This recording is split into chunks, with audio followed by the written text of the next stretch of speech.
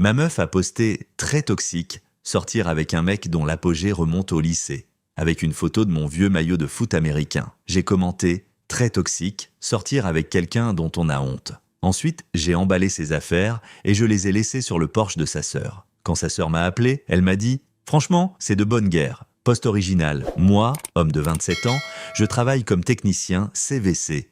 Chauffage, ventilation et climatisation. J'ai eu mon diplôme juste après le lycée. J'ai fait 2 ans d'apprentissage et maintenant je bosse pour une boîte solide qui fait des installations résidentielles et commerciales. Je gagne 68 000 $ par an, ce qui est tout à fait correct dans ma région. Je suis propriétaire de mon pick-up, je loue un T2 sympa. J'ai un compte épargne retraite, je paie mes factures à l'heure, je ne suis pas mastuvu. Je ne roule pas sur l'or non plus. Je suis juste un gars qui travaille de ses mains, qui rentre fatigué et qui boit une bière dans son canapé. Et ça me va très bien. J'ai aussi joué au foot américain au lycée, comme quarterback. J'étais plutôt bon, sélectionné dans l'équipe type de la conférence pendant 2 ans. J'ai mené l'équipe jusqu'en demi-finale d'État lors de ma dernière année. J'ai eu quelques facs de division 3 qui m'ont tourné autour, mais rien de sérieux. Et pour être honnête, je n'avais pas envie d'aller à la fac. Je savais ce que je voulais faire et je l'ai fait. Le chapitre football de ma vie s'est fermé quand j'avais 18 ans et je ne vis plus dans le passé depuis. Mais j'ai gardé quelques trucs. Mon maillot, 2 ou 3 ballons de match, une photo encadrée de l'équipe lors de notre parcours en demi-finale. Des trucs de nostalgie normaux. C'est dans un carton dans mon placard, pas accroché au mur comme un sanctuaire. Mon ex-copine et moi, on était ensemble depuis environ 1 an et demi. Elle bosse dans le marketing digital pour une start-up, gestion des réseaux sociaux, création de contenu, ce genre de trucs. Elle est constamment en ligne. Instagram, TikTok, Twitter, c'est littéralement son travail et son passe-temps. Et parfois, j'étais incapable de dire où s'arrêtait l'un et où commençait l'autre. Quand on a commencé à sortir ensemble, elle trouvait que mon boulot de technicien CVC avait son charme. C'est son mot. Elle disait à ses amis que j'étais un gars viril et manuel et elle aimait le fait que je ne sois pas un énième tech bro en doudoune Patagonia. Je trouvais ça cool. Elle semblait sincèrement apprécier que je sois différent des mecs qu'elle fréquentait d'habitude. Ça a changé, doucement d'abord, puis d'un seul coup. Au bout de 6 mois environ, les petites piques ont commencé. On était à un dîner avec ses amis qui bossent du tous dans le marketing, la tech ou un domaine créatif vaguement défini. Et quelqu'un me demandait ce que je faisais. Je répondais « technicien CVC » et elle m'interrompait pour dire « il est dans les systèmes mécaniques » ou « il travaille dans l'ingénierie du contrôle climatique ». J'ai laissé couler les premières 2 fois. Puis un soir, j'ai simplement dit « je répare des clims, mec, et des chauffages, c'est ça mon boulot ». Son pote a rigolé et a dit « c'est génial ». Ma meuf m'a regardé comme si je venais de marcher avec des chaussures pleines de boue sur un tapis blanc. Sur le chemin du retour, elle m'a dit « tu n'es pas obligé de simplifier ton métier comme ça ». J'ai répondu « je ne simplifie rien, c'est ce que je fais, je n'en ai pas honte ». Elle a dit « eh bien, j'ai peut-être besoin que tu le présentes mieux pour mon entourage ». Le présenter mieux pour son entourage. Comme si mon boulot avait besoin d'un rebranding marketing. L'histoire du foot a commencé à ressortir vers le 9e mois. Elle a trouvé un carton dans mon placard, a sorti le maillot, l'a tenu en l'air et a dit « oh mon Dieu, t'étais le cliché du joueur de foot au lycée ». Je lui en ai parlé. Au début, elle trouvait ça mignon. Puis elle a commencé à faire des blagues. L'apogée de mon mec était à 17 ans. Attention, il va commencer à nous parler du grand match. Toujours devant les autres, toujours avec ce rire. Ce n'est pas vraiment un rire. C'est un signal pour le public, comme si elle était en représentation. Je lui ai dit une fois en privé que ça me dérangeait. Elle m'a répondu que j'étais trop sensible et que c'était juste des blagues, l'esquive classique. J'ai laissé tomber parce que je ne suis pas du genre à avoir la même dispute 2 fois. J'ai juste gardé ça dans un coin de ma tête. Et puis, il y a 3 semaines, tout a explosé. J'étais au boulot, en pleine installation, mon téléphone était dans mon pick-up. Quand je l'ai regardé pendant la pause déj, j'avais 11 SMS de mes potes. Tous des variations de « mec, t'as vu ça ? C'est une blague ?» ou « ça va ?» Ma meuf avait posté un TikTok sur son compte perso qui a environ 8000 abonnés. Ce n'est pas énorme, mais ce n'est pas rien non plus. La vidéo la montrait en train de brandir mon vieux maillot de foot. Mon maillot de mon placard, avec cet audio viral qui dit « cite ton trait toxique ». La légende disait « très toxique, sortir avec un mec dont l'apogée remonte au lycée ». Elle avait un sourire en coin dans la vidéo, le visage en pleine performance. Elle avait fouillé dans mon placard, pris un truc à moi et s'en était servi comme chute pour du contenu et 8000 personnes l'avaient de vue. Je suis resté assis dans mon pick-up pendant environ 15 minutes. Je ne tremblais pas, je ne pleurais pas. J'étais juste très, très calme. Tu vois ce sentiment quand tout s'éclaire et que tu réalises que tu as toléré beaucoup plus de choses que tu ne le pensais? J'en étais là. Chaque rebranding de l'intitulé de mon post, chaque blague sur mon apogée au lycée, chaque fois qu'elle tressaillait quand je disais que je réparais des clims devant ses amis, Tout ça s'est compilé en une pensée claire et silencieuse. Elle a honte de moi. Elle a honte de moi depuis des mois. Et maintenant, elle le monétise. Je ne l'ai pas appelé. Je ne lui ai pas envoyé de SMS de rage. Je suis allé sur TikTok, j'ai trouvé sa vidéo et j'ai laissé un seul commentaire avec mon compte. Très toxique, sortir avec quelqu'un dont on a honte. Ensuite, j'ai posé mon téléphone et je suis retourné bosser. Quand je suis rentré chez moi ce soir-là, mon commentaire avait plus de likes que la vidéo elle-même. Ses abonnés étaient dans les réponses avec des trucs du genre « Oh, il t'a eu »,« Meuf, il en a fini avec toi » et « Ce n'est pas la victoire que tu croyais ». À ce moment-là, elle avait désactivé les commentaires sur la vidéo, mais les captures d'écran tournaient déjà. C'était trop tard pour faire machine arrière. Elle ne m'avait pas envoyé le moindre SMS. Je pense qu'elle espérait que je ne l'ai pas vu. Ou alors, elle était en mode limitation des dégâts. Quoi qu'il en soit, silence radio. Je suis allé dans mon placard, j'ai sorti la moindre de ses affaires qui se trouvaient dans mon appartement, des vêtements, un lisseur à cheveux, une trousse de produits de beauté, 2 paires de chaussures, un chargeur de téléphone, un sweat à capuche, un cadre photo qu'elle avait acheté pour le salon. J'ai tout mis dans une grande caisse de rangement en plastique que j'avais dans le garage. C'était propre, bien rangé, rien n'était abîmé. Je n'ai pas apporté ça à son appartement. Elle avait des colocataires et je ne voulais pas faire de scandale. À la place, j'ai conduit jusqu'à la maison de sa grande sœur. Sa sœur habite à environ 10 minutes de chez moi. Elle a son propre logement et a toujours été la personne raisonnable de la famille. J'ai posé la caisse sur le porche, j'ai sonné et je suis retourné vers mon pick-up. Sa sœur a ouvert la porte, a vu la caisse, m'a regardé dans le pick-up et m'a appelé. J'ai décroché. C'est ce que je crois ? Ouais, ce sont ses affaires, c'est fini entre nous. Un silence. C'est à cause de ce TikTok ? Tu l'as vu ? Tout le monde l'a vu. Je lui avais dit de ne pas le poster. Un autre silence. Puis elle a dit un truc auquel je ne m'attendais pas. Franchement, c'est de bonne guerre. J'ai dit, dis-lui que je déposerai le reste si je trouve d'autres trucs et j'apprécierais qu'elle me renvoie mon double de clé par courrier. Sa sœur a répondu, je m'en occupe et pour ce que ça vaut, je suis désolé. J'ai dit, merci. Je suis rentré chez moi, je me suis fait un sandwich, je me suis assis sur mon canapé et j'ai fixé le mur pendant un moment. Ensuite, j'ai pris une douche et je me suis couché. Je me suis réveillé le lendemain matin dans un chaos total. Quand j'ai dit que je m'étais réveillé dans le chaos, je pesais mes mots. Mon téléphone avait explosé pendant la nuit. Des SMS d'elle, de ses amis, un MP de sa mère sur Instagram. Le grand cirque. Laissez-moi vous refaire la chronologie.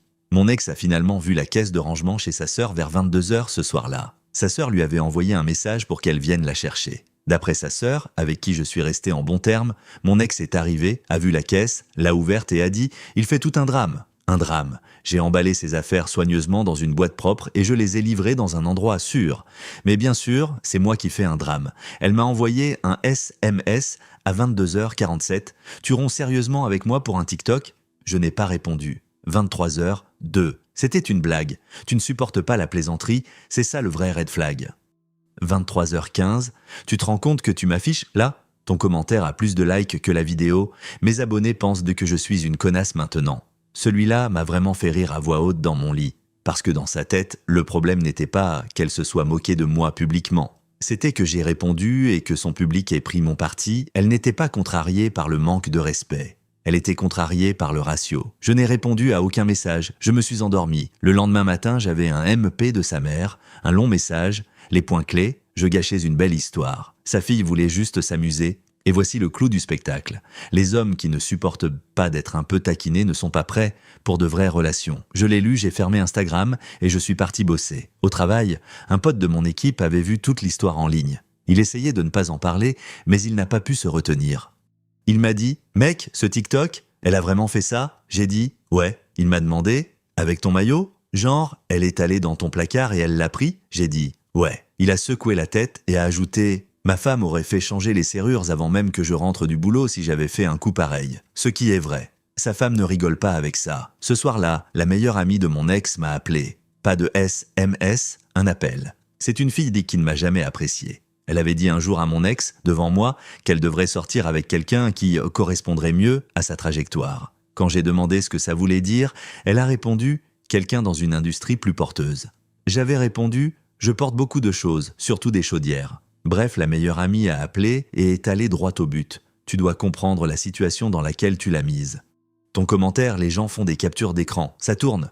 Elle reçoit des MP d'inconnus qui la traitent de fille de superficielle. Son taux d'engagement s'effondre parce que les gens se désabonnent. Ça affecte sa carrière. J'ai répondu qu'elle avait utilisé mes affaires personnelles pour se moquer de moi pour du contenu. C'était sa décision de carrière. Mon commentaire faisait 7 mots. Tu aurais pu lui parler en privé. Elle aurait pu se moquer de moi en privé. Elle a choisi d'avoir un public. Je lui ai accordé une phrase sur le même terrain. Ce n'est pas la même chose, et tu le sais très bien.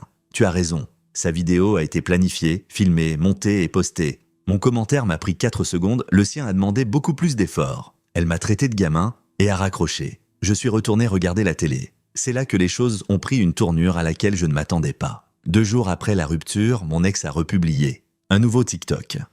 Cette fois, elle était assise sur son lit. Pas de maquillage, lumière tamisée, musique triste. La légende disait « Quand il met fin à 1 an et demi de relation pour une blague et refuse de te parler ». Elle jouait la carte de la victime, le récit de la partie blessée, aucune mention de la vidéo d'origine, aucune mention de ce qu'était réellement la blague, juste « il m'a quitté et refuse de communiquer ». Les commentaires étaient divisés, ceux qui n'avaient pas vu la vidéo d'origine étaient des compatissants, mais beaucoup de gens l'avaient de vue, et ils apportaient des preuves dans les commentaires. Des captures d'écran du TikTok original, des captures d'écran de mon commentaire. Les gens écrivaient en des trucs comme « Meuf, tu t'es moqué de lui publiquement ». Il était censé juste encaisser sans rien dire, et le contexte manquant fait un sacré boulot dans cette vidéo. Elle a de nouveau désactivé les commentaires, puis supprimé la vidéo, puis l'a repostée sans les commentaires activés. Un vrai bordel. Pendant ce temps, j'allais juste au travail et je rentrais chez moi. Je n'avais rien posté, je n'avais fait aucune vidéo, je n'avais répondu ni à elle, ni à sa famille, ni à son ami. J'existais, c'est tout. Et d'une certaine manière, ça empirait les choses pour elle parce qu'elle ne pouvait pointer du doigt aucune de mes actions. Les retombées étaient entièrement de son propre fait. Sa sœur m'a rappelé ce jeudi-là, elle m'a dit « Je veux que tu saches que je lui ai dit d'arrêter de poster à ce sujet. » Elle ne m'écoute pas. Je crois qu'elle pense sincèrement que si elle contrôle le récit en ligne, elle pourra réparer ce qui s'est passé. J'ai répondu « Elle ne peut pas le réparer parce qu'il n'y a rien à réparer, c'est fini. » Sa sœur a dit « Je sais. Je voulais juste que tu entendes que ma famille ne pense pas toutes que c'est toi le méchant. » Ça signifiait plus pour moi qu'elle ne l'imagine. Le vendredi, mon ex a débarqué à mon appartement, à l'improviste.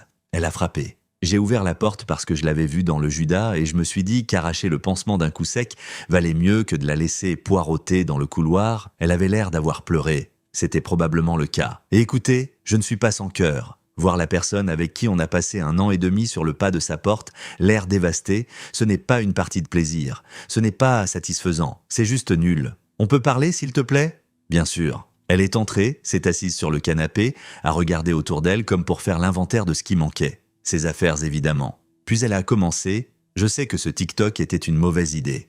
J'aurais dû demander avant d'utiliser ton maillot, mais tu n'étais pas obligé de m'humilier devant des milliers de personnes. Tu m'as humilié en premier. Devant ces mêmes personnes, c'était une trend. Tout le monde le faisait. Je ne pensais pas. Tu ne pensais pas que je le verrais, ou tu ne pensais pas que ça me toucherait ?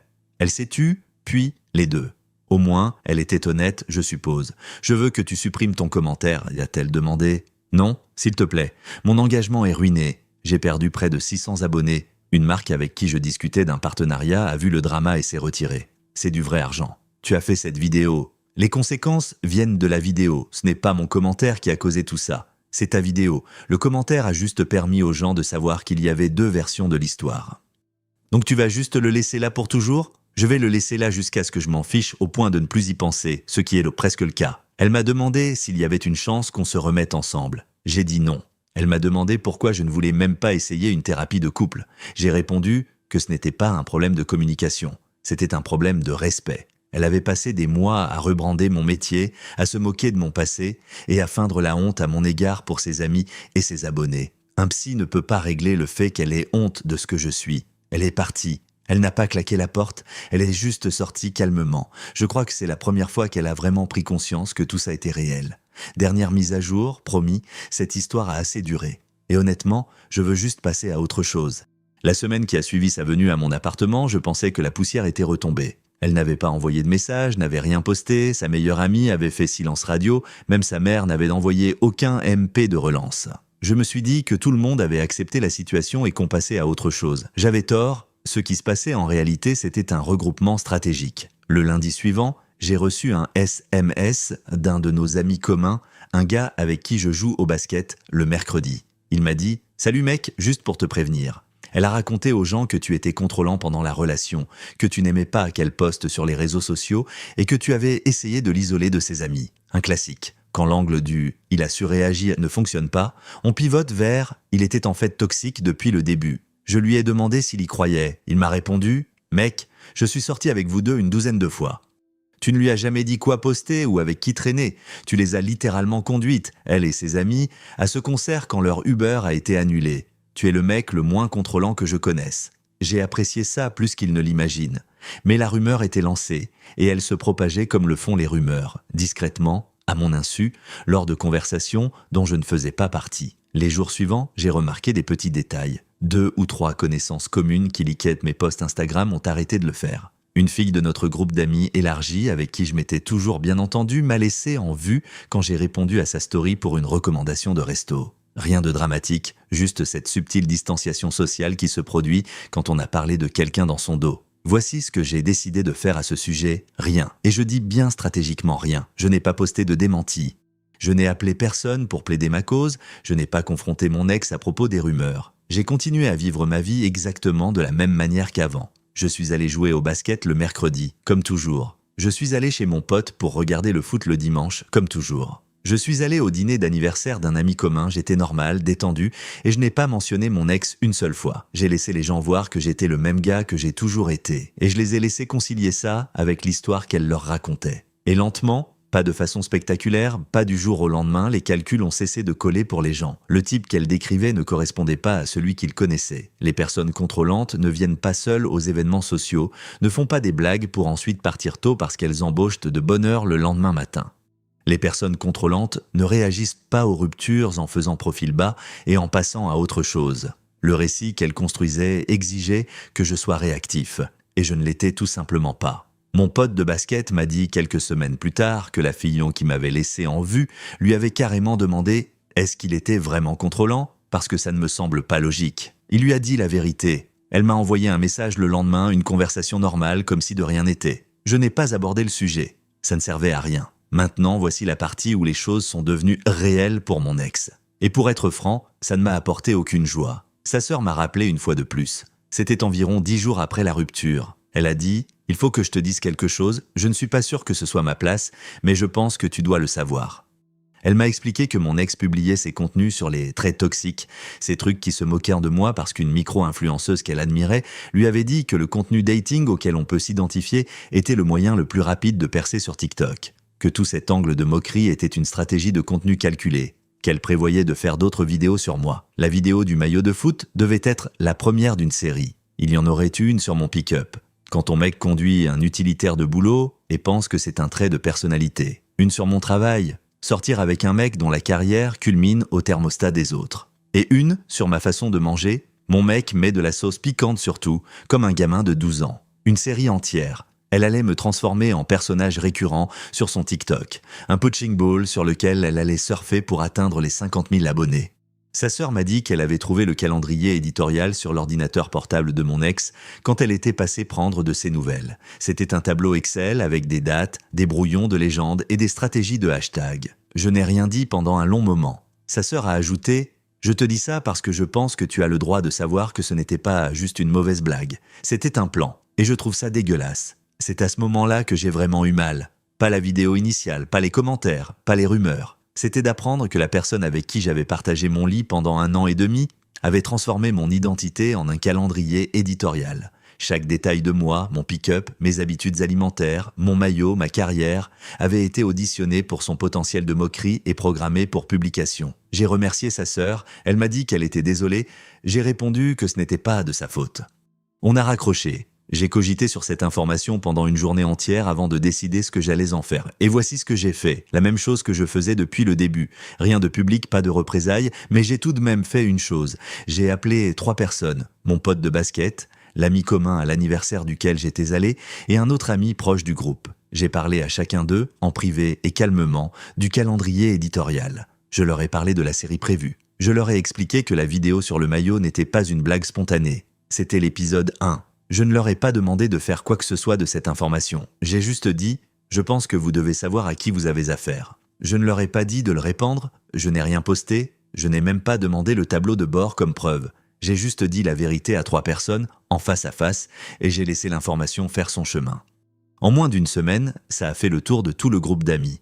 Pas par des ragots malveillants, mais parce que cette histoire de calendrier de contenu était tellement perturbante que les gens ne pouvaient pas s'empêcher d'en parler. L'idée que quelqu'un transforme systématiquement son partenaire en contenu, avec un tableur et une stratégie de hashtag, a touché une corde sensible qui allait bien au-delà de notre situation. Ça a poussé les gens à la regarder différemment. Pas parce que je leur avais demandé, mais parce que l'information parlait d'elle-même. Deux de ses amis proches dans le groupe, des filles en qui l'avait défendu, ont discrètement arrêté de poster avec elle. L'une d'elles a dit à mon pote de basket qu'elle avait confronté mon ex au sujet du calendrier éditorial et que mon ex avait répondu que ce n'était pas si profond et que tous les influenceurs le font. Cette réponse a apparemment mis fin à la conversation et à leur amitié.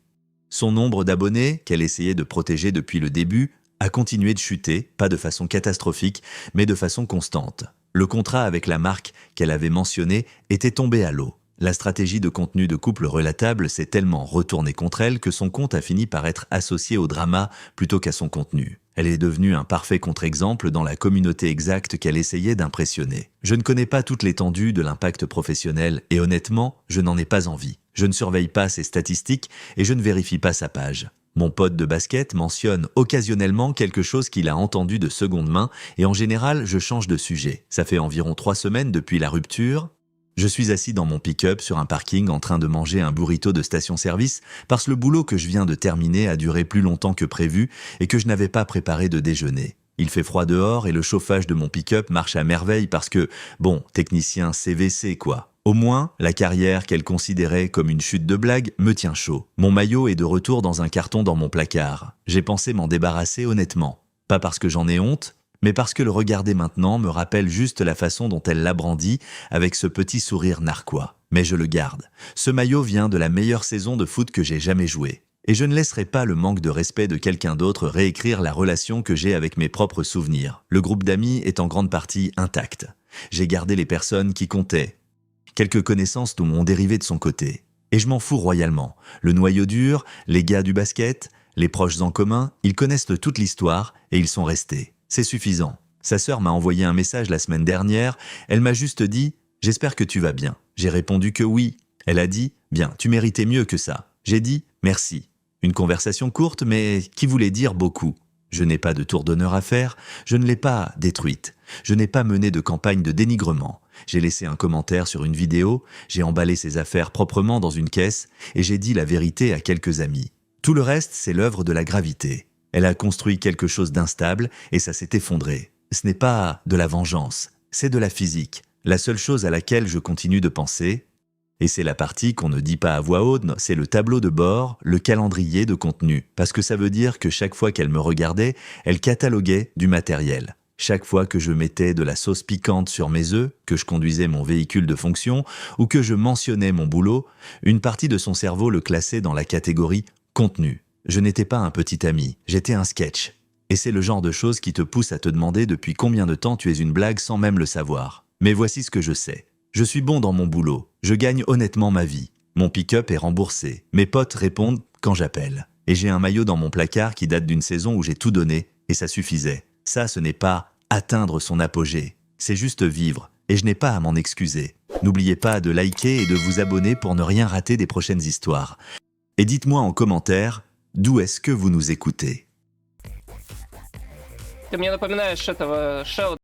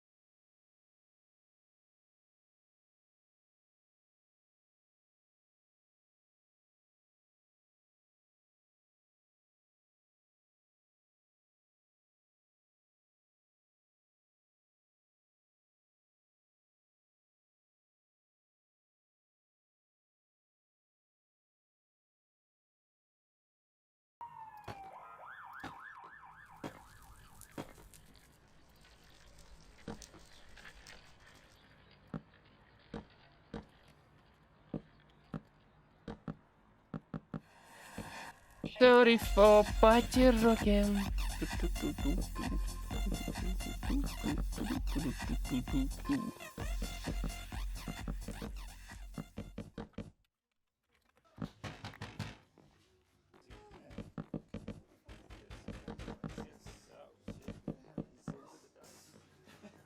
People! Huh? Can we get it quiet down here? Alright, they clearly said no house parties in the neighborhood. They're raping zebras out there, okay? Come on! Oh, no, you didn't. No, you did not talk like that in front of me and my new man. Песня или что это? Okay, no, and don't be jelly. Кстати, у нас с его токсичными зрителями произошел конфликт. Я думаю, ты это в какой-то степени тоже был виноват, да, или что?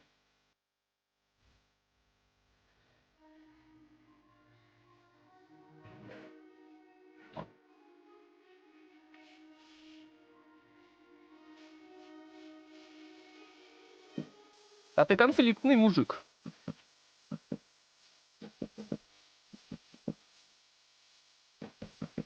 Он сказал, Хугеку, закрой свое ебало.